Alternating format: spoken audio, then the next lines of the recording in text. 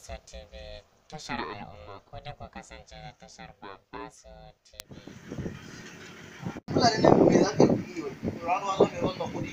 Domin da burotu wanda ya sha. To kai banda abin, to kai ne za ka yi kuɗi banda abinka? A rado ga shanu ga tumakai a riga ka je ka sayar da su mana duka ka zo kawai ka zo ka buɗe shagon kayan lemu ka sai mu dinga zuwa gurin ka muna siya.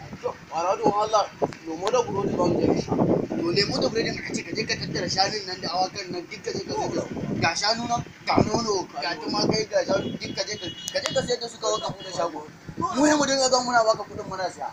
A ranar Allah ku da shago ku zo ku kariya ne. Kuma ka tsaya kana wani nuku ka dinga samun yan canji ka kana koyewa ne. A ranar Allah ku da shago ku zo ku shirya jari. Ai ba cinye ma jari ba ce mu ga ne a ranar Allah.